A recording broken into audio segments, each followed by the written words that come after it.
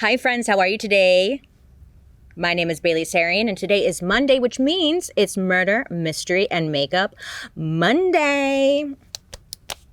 If you're new here, hi, my name is Bailey Sarian, and on Mondays I like to sit down and talk about a true crime story that's been heavy on my noggin, and I do my makeup at the same time. If you're interested in true crime and makeup, I would say subscribe because I'm here for you on Mondays. Yes. Well, first of all, it's my birthday week. Thank you, thank you. I heard the applause. I appreciate it. Yeah, I'm growing up. It's wild. This is the oldest I've ever been before. It's crazy. I've never done this. So leave a comment down below telling me happy birthday, or I'll find you.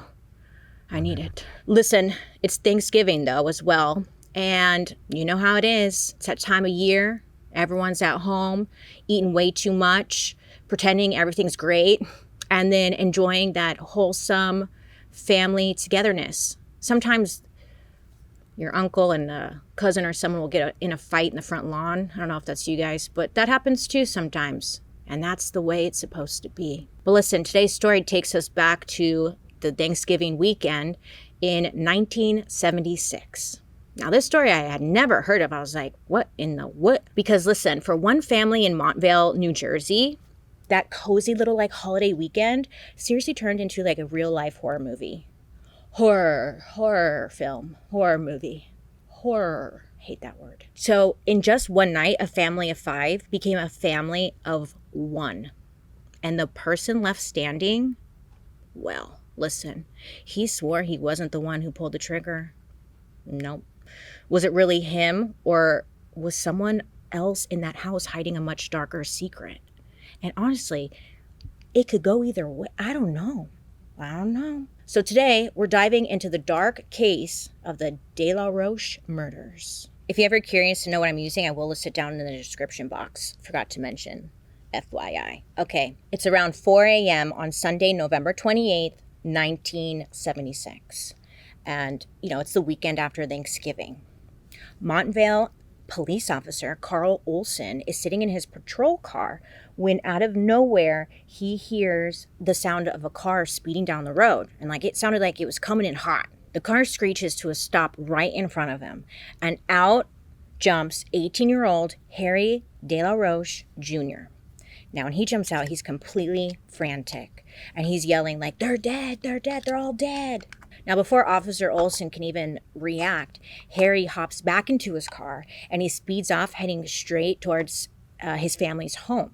Now, Officer Olson, he knew the De La Roche family. I mean, everyone in Montvale did, because it was a small, quiet town where everyone knew everyone, where they lived, what they did for a living, how many kids this person had, So when Officer Olson recognized Harry, he said his gut told him something was very, very wrong. So he called for backup and followed him straight to the house. So when the officers got there, Harry Jr. was waiting for them outside and told them that his parents and his little brother were dead. So they all head into the house, and Harry just kind of points upstairs and tells them he doesn't want to go up there. Officer Olson said the house was pitch black when he walked in, and he wasn't really sure what was going on. So he pulls out his gun.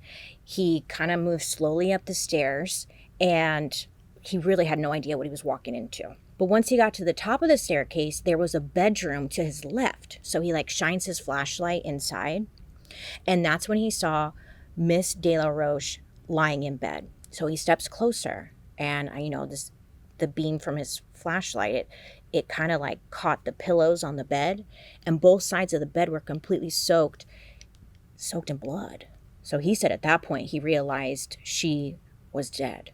So then Officer Olson heads back into the hallway, and at the far end, his flashlight catches something else, and it's a pair of legs sticking out of a doorway. So he walks closer, and he finds Mr. De La Roche lying face down on his son Ronnie's bed. And on the floor right next to him was the youngest boy, Eric. Both of them were gone. So at this point, Officer Olson, he goes back downstairs and reports over the radio that there were multiple homicides at the De La Roche home. When officers start arriving, Harry Jr. tells them that he came home, and that's when he found everyone dead. But he had another brother, Ronnie, and he had no idea where he was. He wasn't at the house. So Harry Jr. tells police that Ronnie and their dad, Harry Sr., they actually had a really big fight the night before. And Harry Jr. was kind of telling police, like, I don't know, maybe he like snapped and ran. And I mean, Ronnie's not there. So police are like, oh, okay, like, we need to find this Ronnie kid fast. I mean, if Harry Jr. was telling the truth, there's a very real chance that Ronnie was out there armed and dangerous. So Officer Olson, he puts out an APB, which is an all points bulletin. It's basically a statewide, like, be on the lookout alert, you know? And he tells every nearby department to keep their eyes peeled. So by this time, the sun is coming up and word is spreading fast. You know, there's a bunch of police cars on the block. So neighbors, they start coming outside, gathering around. Reporters show up, and the scene really turns chaotic. You know, but through like all that noise, at the end of the day, everyone's asking like, what the hell happened inside the home? Like, what happened? What happened? How does this picture perfect family go from Thanksgiving dinner to this? You know, you always think like it could never happen on your block, you know? So let's rewind a bit and talk about the De La Roche family. Who were the De La Roches?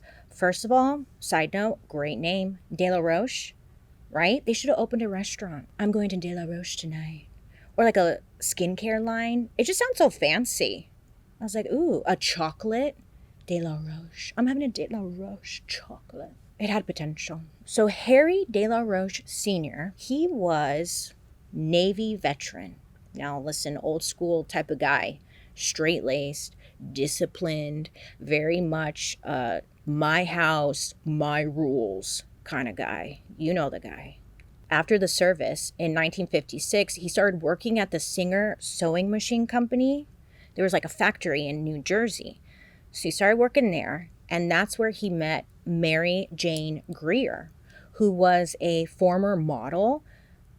So a babe, who was teaching sewing classes at the shop. She was elegant, charming, and she was totally different than Harry Sr., you know? So the two, they hit it off.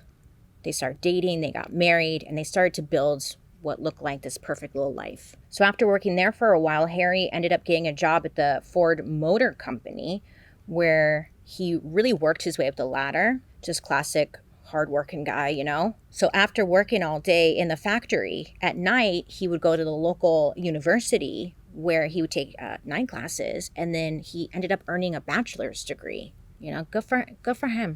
So not long after, Harry and Mary, they ended up, you know, starting a family. So their first son, Harry Jr., he was born in 1958. Then came Ronnie in 1961. And then the youngest, Eric, in 64. All boys.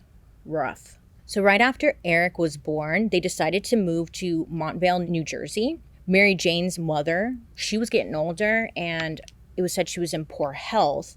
So the family decided to move in with her and like help take care of her. Now, you know how, you know, it always sounds good having everyone under one roof. It always sounds nice in theory, but in this case, it didn't really last long. I guess like there was just a lot of tension between Mary's family and Harry, because Harry was like very strict, really frugal, and bumped heads with everyone in the family. So arguments would break out between Harry Sr. and Mary's family, and things just really went south. Now, Mary Jane's mom, she actually ended up like moving out, and she left the house to the De La Roches. I know, I was kind of like, it's like they moved in to help her, and then they got into like some kind of beef, and then they ended up taking over the house. Like, it's kind of like fucked up. So again, you know, to the outside world, family looked like this picture perfect family.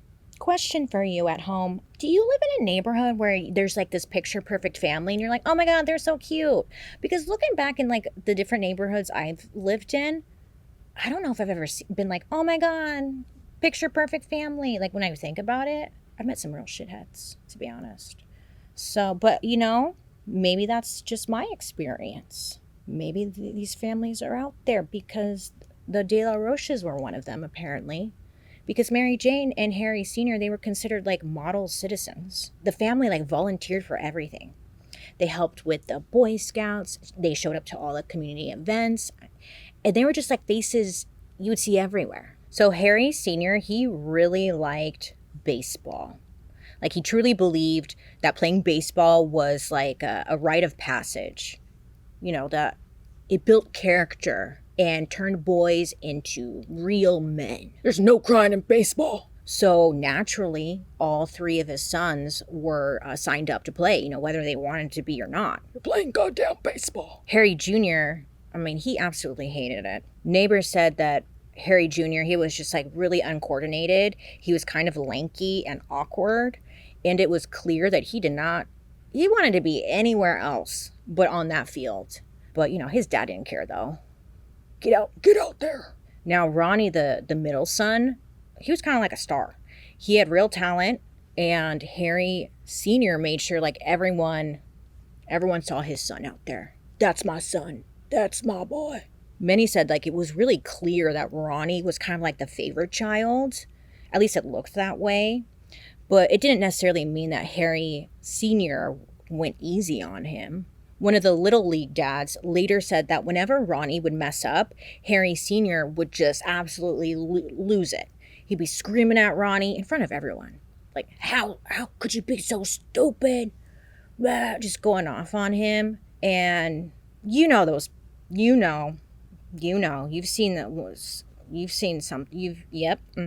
And you're like, that poor kid, it's like, it's not that serious. I don't know. They get so mad. It's like, what are you so mad about? We're in the middle of bumfuck nowhere land. Like, chill out.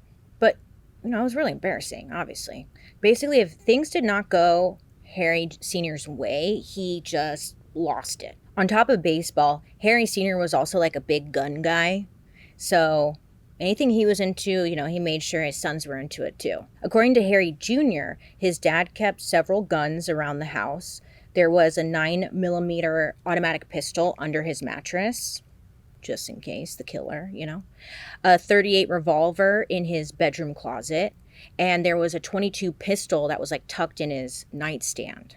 Harry Sr. would take the boys to the shooting range, like pretty often. And it was said that, you know, Harry Jr. was actually really good at it. And he seemed to enjoy it. The range owner even remembered seeing Harry Sr. and Harry Jr. at the range like all the time. Father and son, side by side. And for Harry Jr., those moments were like some of the fondest memories he had with his dad. You know, considering what comes later is like,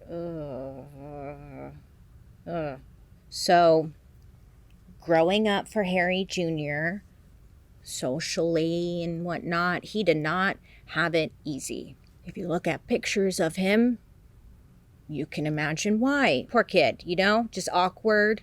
He was tall, he was lanky, and he wore really thick glasses. So, you know, just by looking at a photo of him going to school was not going to be easy. He just had a target on his back. People who grew up with him said he was constantly picked on, from just stupid pranks to like him straight up getting his ass beat. Like, it wasn't just bullying here and there. It seemed awful. A neighbor even said she couldn't think of a single kid in the neighborhood who actually liked Harry Jr. She remembered always seeing him getting picked on. Like, that was it. Eventually in middle school, he made some friends through church and then at school, but the bullying didn't stop. By high school, Harry started getting into rock music. He started smoking some weed, and he started to race cars. So you're like, oh, so he got kind of cool? No. The bullying really never stopped for him. I guess at some point he found work and whatnot, and he ended up getting a 1969 Ford Cobra, and this car was his pride and joy. Like, it was everything. He would work on it all the time, fix it up. But listen, one night, his bullies, like, they slashed his tires, they poured metal shavings into the engine, and they cut the hoses and wires, and they like completely totaled it. And instead of fighting back, Harry just kind of like quietly saved up money from his job. He was working at a gas station, and then he ended up buying like another used older car to fix up. Harry didn't really stand up for himself, but he also didn't hide either, and it was said that some people respected him for that. Harry Jr. said there was only one time where he ever really stood up to anyone, and it wasn't even for himself. I guess he was walking home one day when he saw his little brother Eric getting beat up by another kid, and he said something just snapped in him. So Harry jumped in, and he got in a little skerfuffle. Is that a word? And he fought the kid off. It was one of the few moments where he felt strong because he was protecting someone instead of being the one who needed the protection. But it was the only time he actually stood up. Now, Ronnie, the middle brother, he had, a different experience growing up. He was kind of popular. He was charming. He was really good at sports. And he was also a little rebellious. But even though, they're different, Harry Jr. and Ronnie, they were still close. Harry said the two of them would sneak out at night and they would meet up with friends down by the train tracks where they would drink beer, smoke weed, hang out, do teenage stuff. But they had to be really careful because their dad did not mess around, and if he caught them, it would be over. Harry Jr. said their dad was strict to the point of him just being terrifying. Harry said his dad once threatened to call the cops on them if he ever caught them with weed. And there was another time where he allegedly told them he'd kill them if he ever caught them with weed. He was just scary. Harry Jr. described his dad as violent and controlling, saying that he'd, quote, pick you up by the hair, grab you by the neck, wrap a belt with a metal buckle around his hand, and hit you with it, end quote. By his account, Harry Sr. really ruled the house with an iron fist. When it came time for college in August of 1976, Harry Jr., he applied to the CITADEL, which is a military college in South Carolina. It's still there. It's the oldest in the United States, I believe. He signed up, and listen, he did it for one reason, and really one reason only. To make his dad proud. Be a man. Go to this military school. And it kind of seemed to work. Neighbors said the day that the family packed up the car to drive him down, everyone was outside smiling and he's going to college, Everyone except for Harry Jr., he looked miserable. The CITADEL wasn't your average college. I mean, anytime I see the word military school, I'm yeah, I imagine it's not. But CITADEL, it was known for being brutally strict.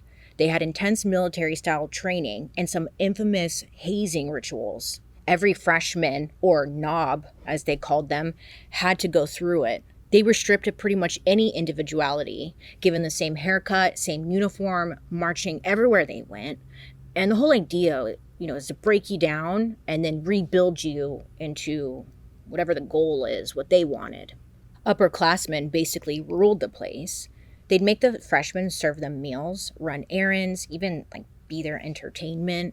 And if they wanted something, a refill of a drink, the upperclassmen would throw an empty cup at the freshmen, demanding for them to go and refill it. It was all about power and humiliation. Former CITADEL students have said the whole point of the hazing was to weed out the weak. Supposedly, all the brotherhood and support only came after you survived freshman year. Until then, you were basically treated like dirt. Freshmen couldn't even walk past an upperclassman on the stairs without asking for permission. And if you messed up, you did something you weren't supposed to do, you'd be punished. Sometimes the punishment was endless push-ups or running in place until you wanted to collapse. Other times it got physical, being shoved, slapped, smacked, all of it. One of Harry Jr.'s classmates later said that he and a few others got it the worst. The upperclassman assigned specifically to Harry admitted, quote, I found a lot of faults with him, and it seemed to me that he was just not trying. And if he wouldn't perform, then I have to punish him, end quote. So basically he was saying yeah, I kept breaking him down because that was my job. Harry Jr. later said that it was way more extreme than anyone realized. Harry said, quote, we're talking about kids. I mean, they might have been 19, 20, 21, whatever, from sophomore to senior, with too much power and anger and whatnot, and not enough sense and supervision, end quote. He felt like he was trapped in this school where everyone had power over him and no one cared how far anyone took it. I mean, he absolutely hated the Citadel. The harsh rules, the hazing, the pressure. It was everything he had grown up with at home, but now it was like turned up a notch. So Harry started writing letters to his parents, telling them how miserable he was, and he was thinking about maybe transferring to another school, saying that, maybe he would transfer back later, back to the Citadel as like an upperclassman when things would be hopefully easier. But his parents were not having it. His mom, Mary Jane, told him, quote, "To go to school 2 years here, 2 years there, you belong to nothing." A Citadel man is one who went through 4 years, not an in and outer. And his dad doubled down, saying, quote, "You'd end up being nothing. You wouldn't have the true Citadel background, and you need that to have your great life." End quote. Harry said that after that, he felt more trapped than ever. He wanted out of this school. So he came up with a plan, not a great one. He told the school that his mom had been diagnosed with lung cancer, completely made up, and that he might have to stay home to support the family when she got treatment. So the school, they bought the story and they let him leave early for Thanksgiving break, giving him a little time to figure things out. But what no one knew then was that those extra days at home would end in tragedy. So once Harry got home for break, things felt somewhat normal. He spent most of the break doing what he usually did. He would hang out with his friends, his brothers. He would race his car, and then he would kind of tinker around the house. He said he even cleaned his dad's .22 pistol, planning to take it to the shooting range. But he never actually went. At one point while Harry's at home, Ronnie had come up to him and told him he had been experimenting with drugs, and he even started selling a little weed on the side. So Ronnie had showed Harry this box where he kept all of his business supplies. It was like a baggie, a scale. There was a little stash of weed. It was said that Harry Sr., the dad, he was absolutely done with Ronnie's bad behavior. So according to Harry Jr., their dad had come up to him and said, just started venting.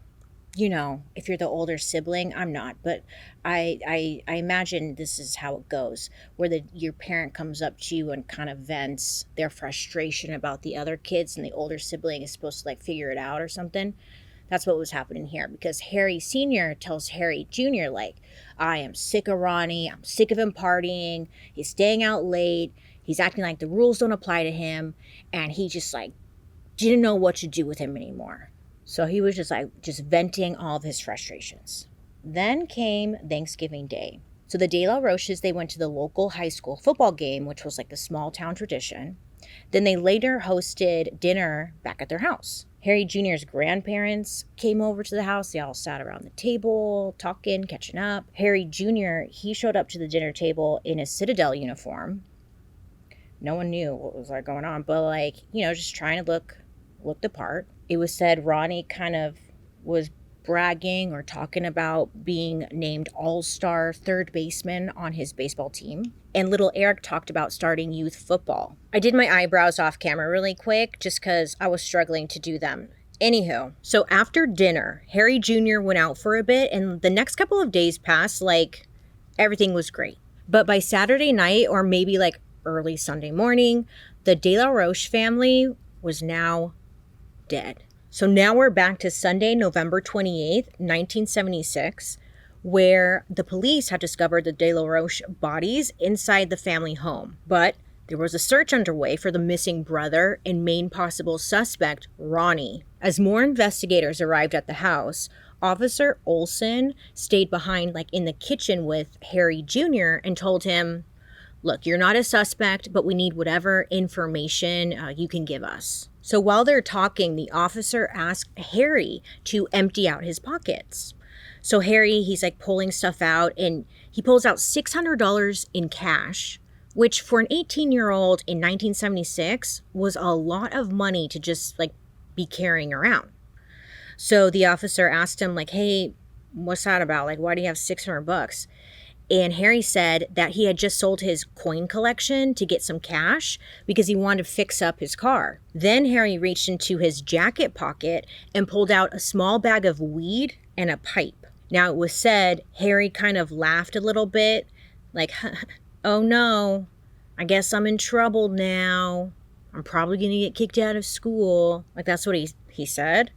And Officer Olson, he kind of brushed it off because he was like, this isn't top priority right now. There are 3 murder victims upstairs. I'll circle back to your little weed situation, whatever.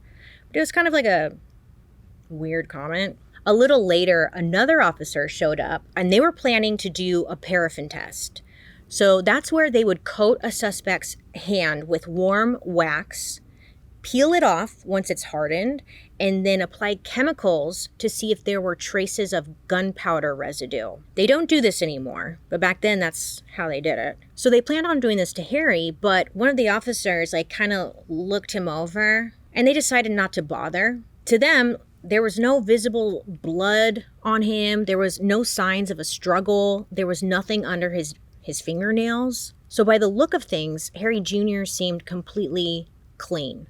So they were like, it's not needed, you're good. So then the Montvale Police Captain, John Hanna, he took Harry to the police station for a more formal interview. So Captain Hanna and Harry arrived at the police station around 6:30 that morning. Harry was fingerprinted, and according to Captain Hanna, the first thing Harry did was call his uncle John. Now on that call, Harry allegedly told his uncle everything that had happened. And it was said that his Uncle John was so shocked and upset that his wife, Aunt Arden, she actually called the police station herself just to make sure this was real and not some kind of mistake. A short time later, John and Arden, they drove straight to the police station to see Harry. So Harry gives his first interview. Harry tells police that on Saturday night, he went out with some friends. I guess they went to a bar and they were drinking. And then around 2 a.m., instead of just going straight home, Harry said that he took the long way back home, just driving around. He had a few beers in his car that was just kind of left over. So he decided to finish them off before he got home. Harry said around 4 a.m., so 2 hours later, he finally pulled into the driveway. Right away, he felt like something was off. The porch light was out, which was unusual. So he was like, He then went inside and he went upstairs. And as he passed his parents' bedroom, he noticed only one person was laying in bed. So he said he flicked on the light, and that's when he saw his mom. But he noticed his dad wasn't there. Harry said he started looking around the house, calling for his dad. Hello, And then when he walked into his brothers, Ronnie and Eric's room, that's when he found his father. His father was laying face down on Ronnie's bed, and Eric was on the floor nearby. At this point, there was no sign of Ronnie anywhere. Harry said he checked for a pulse, but his dad's body was cold. And then he looked at Eric and he knew instantly he was gone too. So he said at this point he's panicking, and he ran outside. He jumped into his car and he sped off until he found Officer Olson to help. I know, you're probably thinking, why didn't he call 911? Because I was thinking the same thing. He said he didn't call 911 because in the past, many years ago, he had called 911 to report something, and the police had taken forever to come out. So he was like, I don't want to wait. This is an emergency. I'm just going to hop in the car and I'm going to get the police myself. So back at the De La Roche house, the medical examiner, his name was Dr. Lawrence Denson, estimated that the murders took place around 3 a.m. He reported that Mary Jane, Harry's mom, had been shot in the head twice. Harry Sr., same thing. He had 2 gunshot wounds to the head. But when it came to Eric, his younger brother, a little graphic here, I apologize, Dr. Denson found that he had been shot 3 times, but also his body showed signs of a struggle. He had defensive wounds. They also found that he had been hit in the head with a blunt object. And ultimately, it wasn't the the bullets that killed him. It was the head trauma. Around noon, a couple of officers decided to search the home's attic. At first, it looked like a bunch of nothing, just a bunch of, dusty boxes filled with Christmas decorations, whatever, But as they started moving things around, they came across a heavy brown metal trunk that was kind of buried underneath other boxes. They opened it up, and it was Ronnie's body. Uh-oh. So this discovery had spread through the police station like wildfire. But when the news reached the two officers who were questioning Harry Jr., they didn't tell him what they had found. Instead, they kind of played it cool, and asked if he would be willing to take a polygraph test. And Harry said, sure.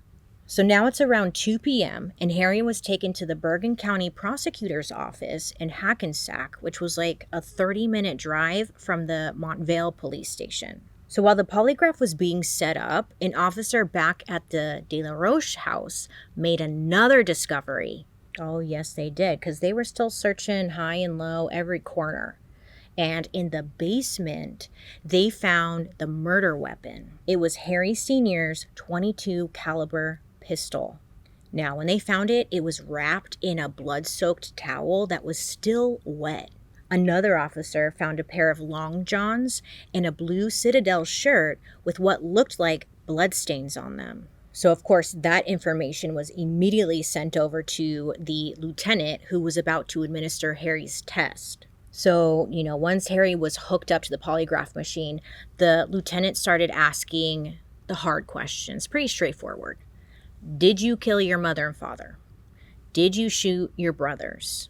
Do you know where the murder weapon was found? Now, it's not clear if Harry picked up on what was happening, because he asked him, do you know where the murder weapon was found? Because the guy questioning him was kind of alluding that, we found the murder weapon.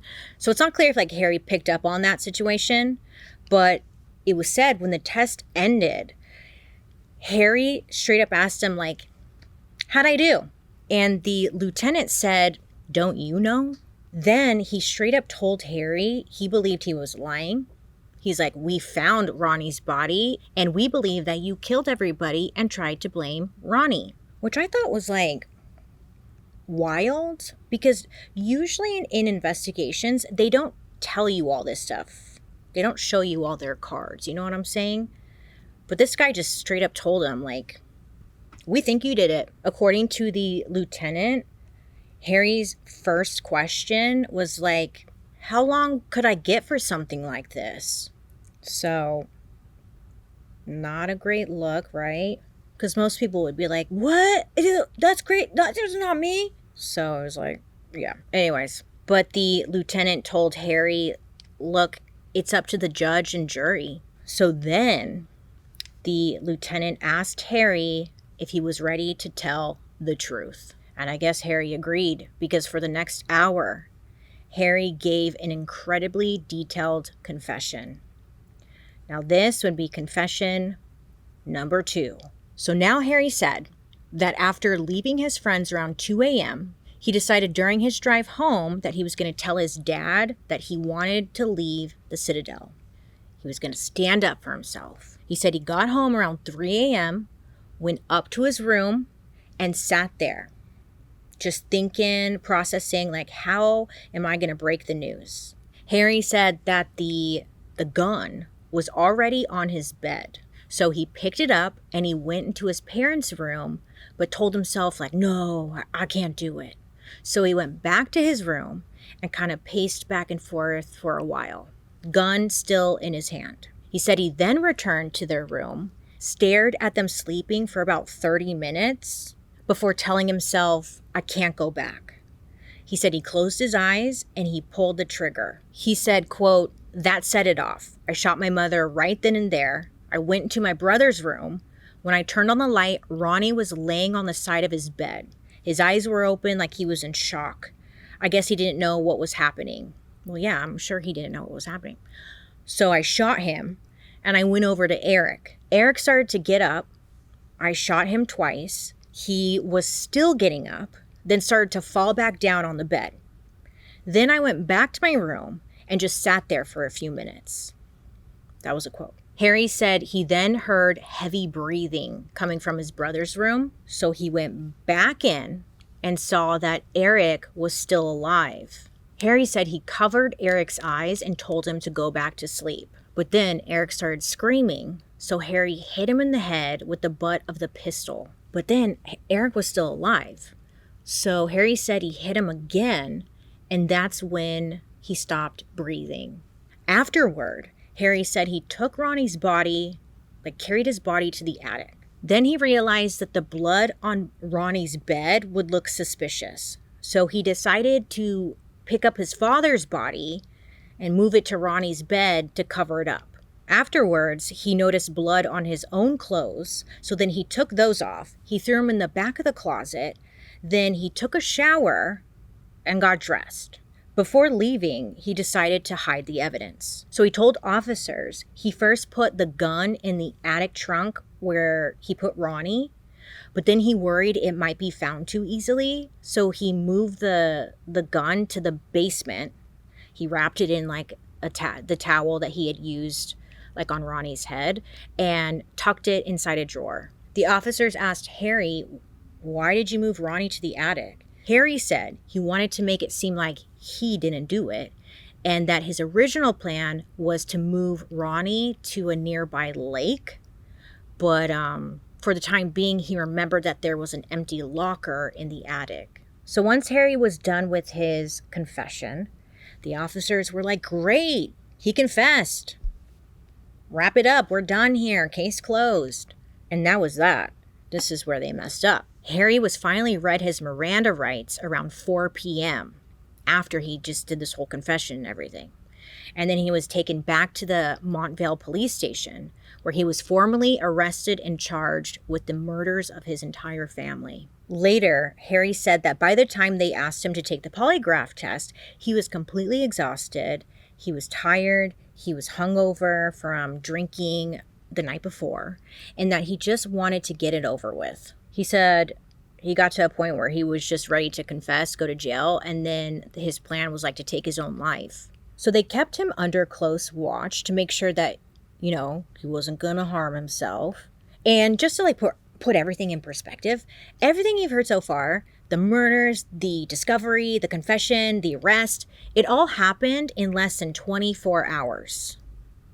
So that was a lot. So his Uncle John, Aunt Arden, the family pastor, his name is Pastor Roy, and a family friend, they all showed up to support him.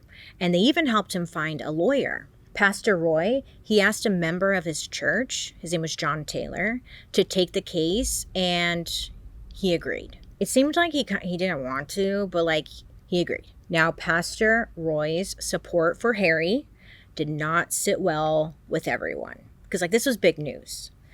So when people found out that the pastor was involved, people in the community were really angry with him. They could not understand why he would defend someone accused of murdering their whole family. So they were just upset.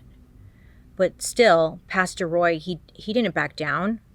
He told people that no one gets to decide who he can or can't pray for. Then on December 8th, Harry asked to see Pastor Roy. Sorry, Roy is a hard one for me. Roy. Anyways, he asked to see him. He told him there was something important he wanted to talk to him about. So when the pastor arrived at the jail, Harry told him that he actually lied to the police.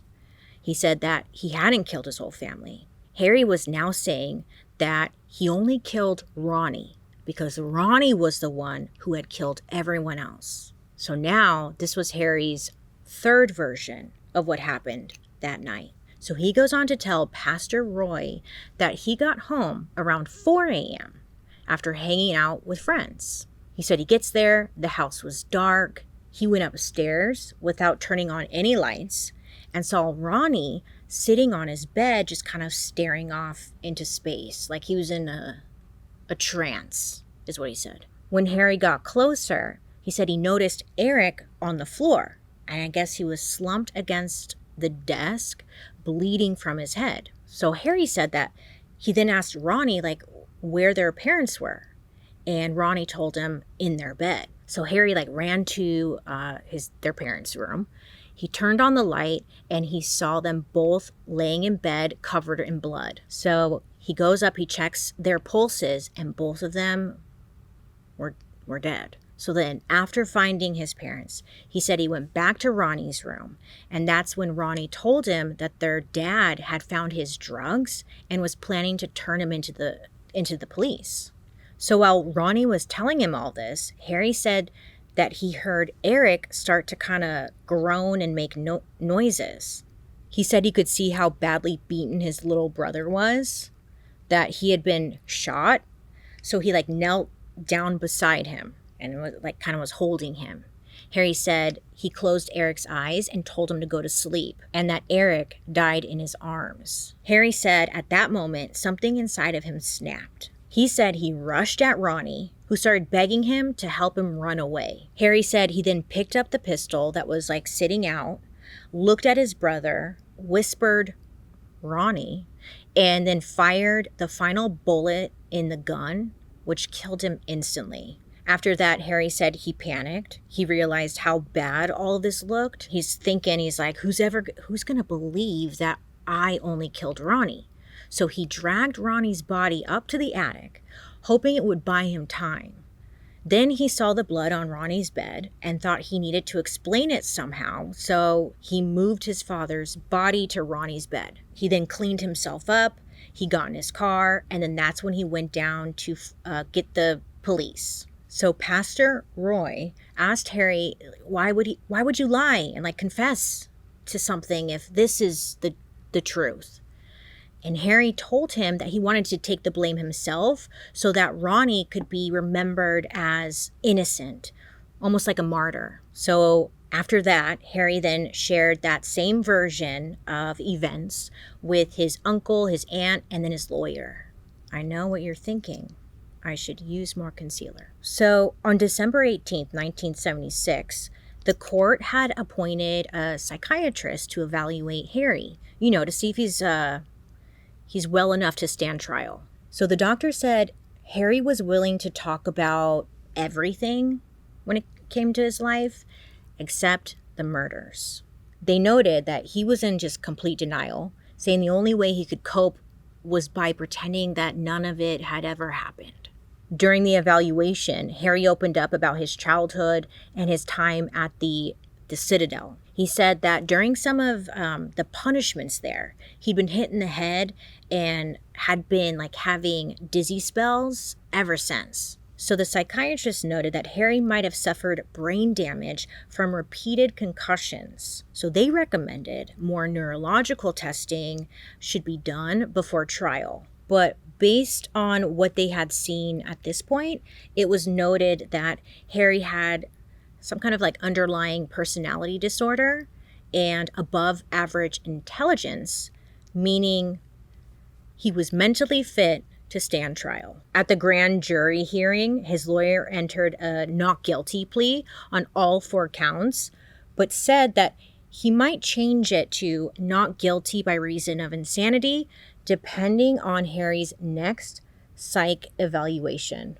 So Harry went through another psychological evaluation with a different psychiatrist. This doctor said Harry came across as guarded, like he wanted to seem tough and put together, but underneath that, he was holding back a lot of emotion. They described him as an introvert with high anxiety, someone who overthought everything and carried way too much responsibility. The psychiatrist noted how controlling Harry Sr. had been and said that kind of home environment created a pressure cooker, one that could make anyone snap. Now, in their opinion, the murders were not planned. Everything about Harry pointed to an impulsive, emotional outburst rather than premeditation. They went on to say that because the violence was directed only at his family, they did not believe he was a danger to anyone else.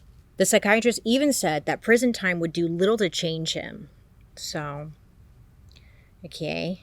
So after that report, Harry's lawyer officially changed his plea to not guilty by reason of insanity for Ronnie's murder, and then kept the not guilty plea for the others. By August of 1977, Harry was moved to a different unit at the Bergen County Jail.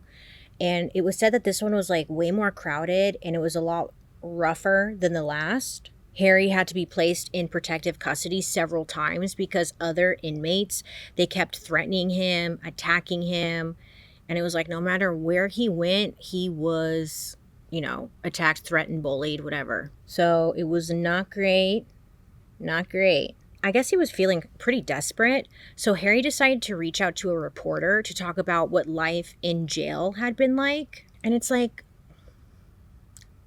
Harry, it's jail. It's not a vacation. It's not a resort. It's jail. You know what I'm saying? But he wanted to talk about it. So a reporter comes out and interviews him.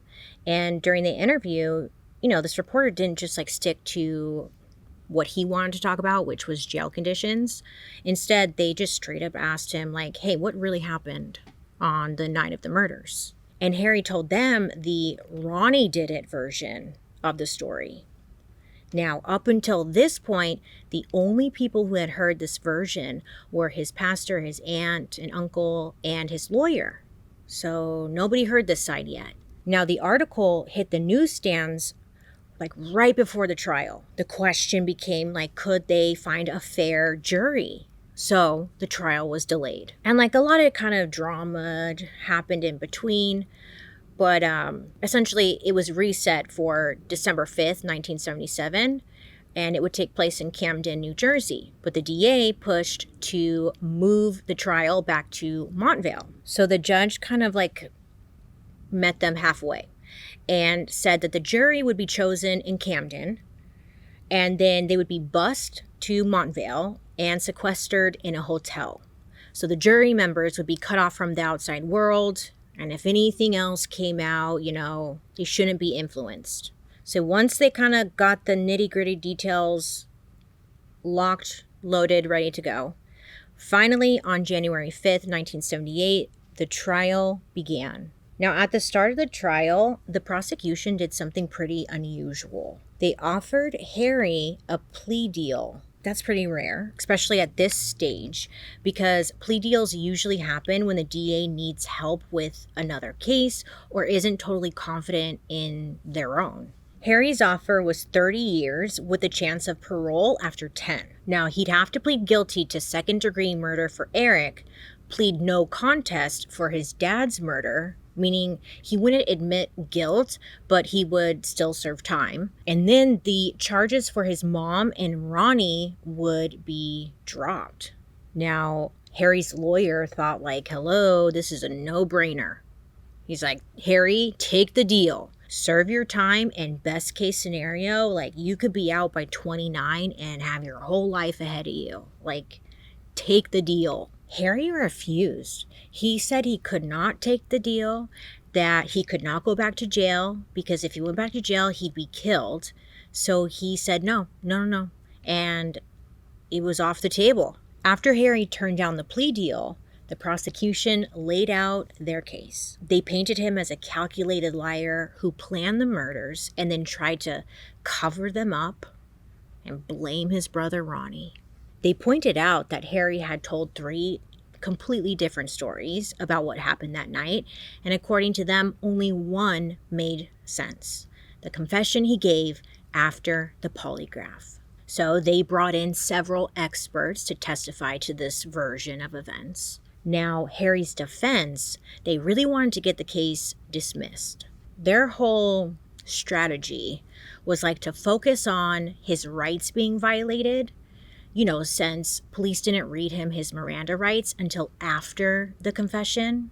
They broke down the entire timeline of how things played out at the police station and pointed out that they did everything wrong, okay? So Captain Hannah testified that when Harry was brought in, he called Harry's uncle that morning at 7:30, and Harry talked to them, whatever. And then about 30 minutes later, his aunt and uncle showed up at the station, and according to the captain, they were allowed to see Harry right away. But Harry's Aunt Arden, she had a different story. She testified that they didn't get a call until about 10:45 that morning and didn't arrive at the station until 11:30. She said that they waited there all day and they didn't actually get to see Harry until his arraignment. Aunt Arden also testified that around 5 p.m., she asked the police officers, like, hey, does Harry need a lawyer? Does he need a lawyer? And she was told, no, he's not a suspect. But at that point, he had already been charged. So it was just like, they're not following protocol here. The defense also argued that Harry's confession might have been coerced. He had been almost awake for like 24 hours at that point. He hadn't been given any food or water and was questioned without a break. They said he wasn't in the right state of mind to make a statement and didn't fully understand what was happening. So Harry's team is like trying to get this case thrown out because they did not follow the rules, okay? Well, in the end, the judge ended up throwing out the polygraph test, but allowed the confession to be presented to the jury. The judge said that Harry never asked for sleep or food or for the questioning to stop.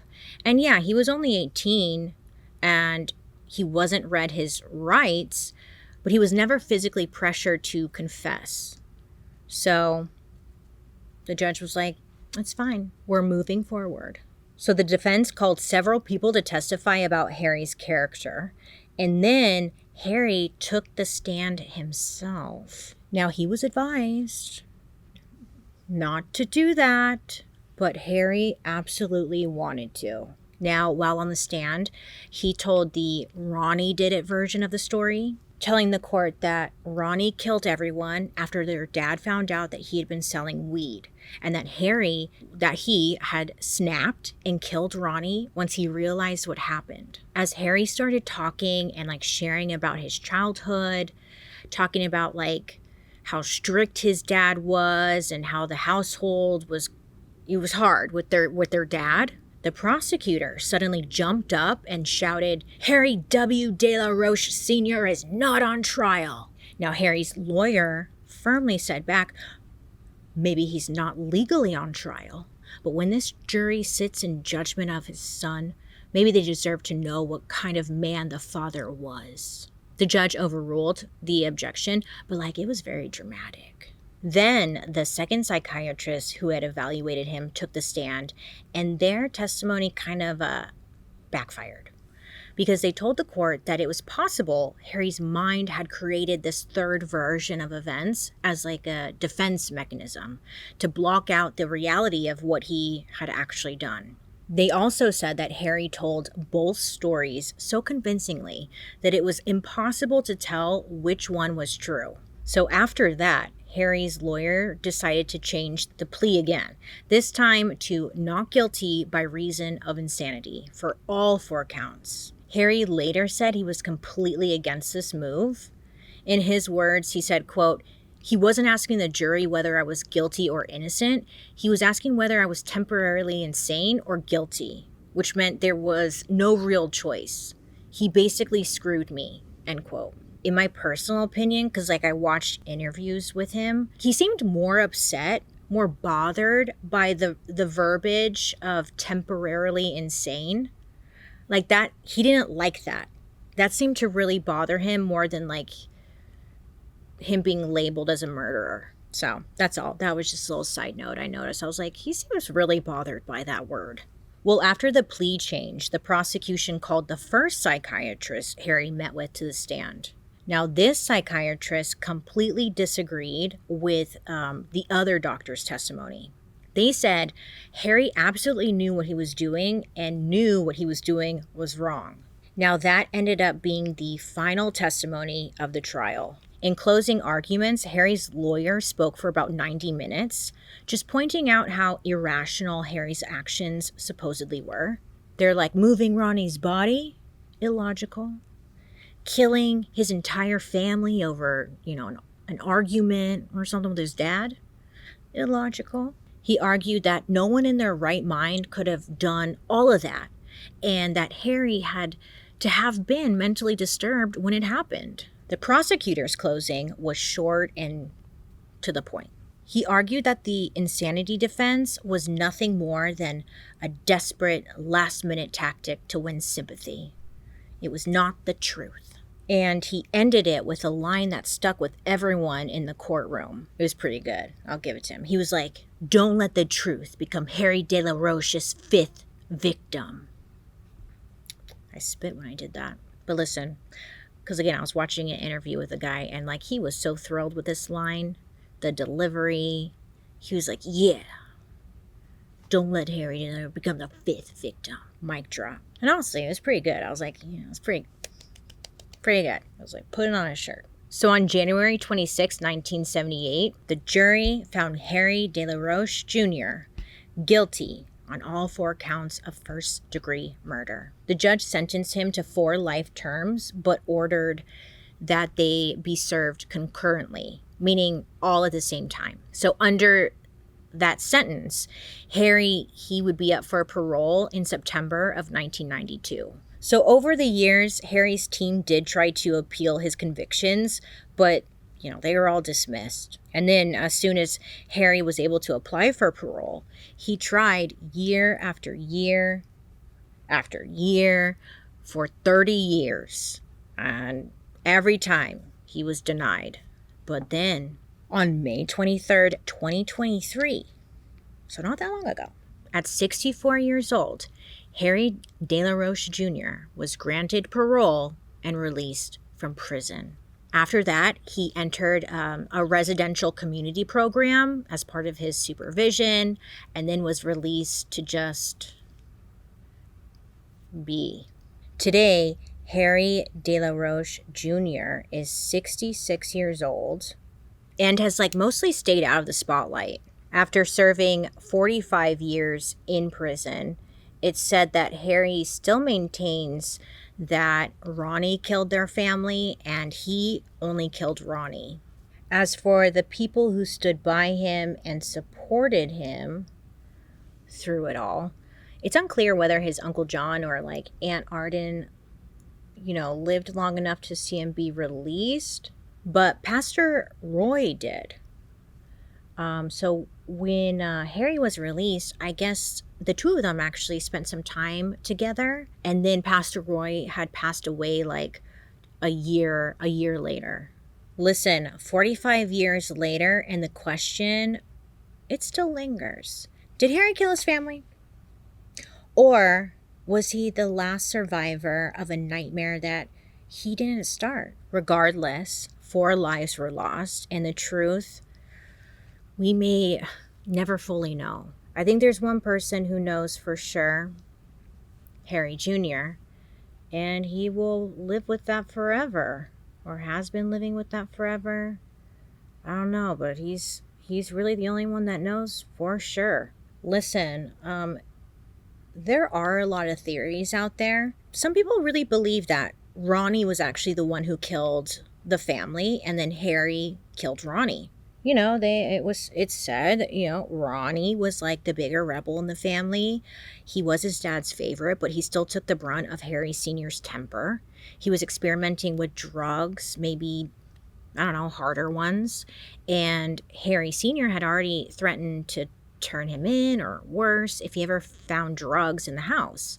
And there was that conversation that Harry Sr. had with Harry Jr., where he mentioned that he was completely fed up with Ronnie. So some believe that maybe that night, Harry Sr. had confronted Ronnie about something, the drugs, something. Things maybe got out of hand, and he killed everyone. First the dad, then the others, because, they were witnesses, and if Ronnie was smoking weed, maybe he was just extra paranoid or something. I don't know. And then maybe Harry came back home. He saw what Ronnie had done. And when he saw Eric, that's when he completely lost it and killed Ronnie. Because it was said that Harry always had a soft spot for his little brother, Eric. Remember, when Eric was getting beat up, that was the only time Harry ever reacted and stood up for him. So some say maybe Harry saw Eric and that was the turning point. And that's when he grabbed the gun and killed Ronnie. Plus, I mean, listen, a lot of the facts of the case and all of the confessions, just pick one.